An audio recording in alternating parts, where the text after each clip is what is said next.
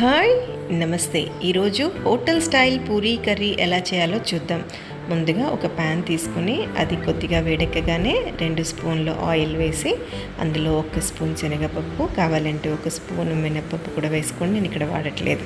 1/2 tea spoon ఆవాలు, అలానే 1/2 tea spoon జీరా. ఇది చిటపటలాడగానే లావుగా కట్ చేసి పెట్టుకున్న ఒక ఉల్లిపాయని, అలానే ఒక లావుగా కట్ చేసి పెట్టుకున్న ఒక బంగాళదుంపని ఇక్కడ నేను యాడ్ చేస్తున్నాను. ఇది కొద్దిగా వేగంగానే సన్నగా పొడుగుగా కట్ చేసి పెట్టుకున్న పచ్చిమిర్చిని కూడా యాడ్ చేసి షాలో ఫ్రై చేస్తాను.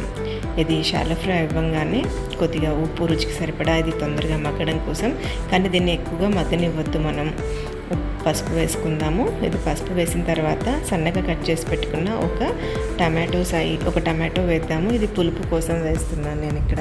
ఇప్పుడు కొద్దిగా కొత్తిమీర, కొద్దిగా కరివేపాకు కూడా వేసి వేయింపుకొని దీన్ని ముందుగా చెప్పినట్టు ఎక్కువగా మగ్గనివ్వద్దు. లైట్గా మగ్గిన తర్వాత దీన్ని మనం వాటర్ వేసి వాటర్లోనే మగ్గనిచ్చుకోవాలి. ఇక్కడ నేను 2 గ్లాసుల వాటర్ వేస్తున్నాను. ఇది మనకి మరుగుతుంది. ఈ మరిగే లోపల నేను ఒక కప్లో 2 స్పూన్ల శనగపిండిని వాటర్ వేసి జారుగా నేను చేసుకుంటాను.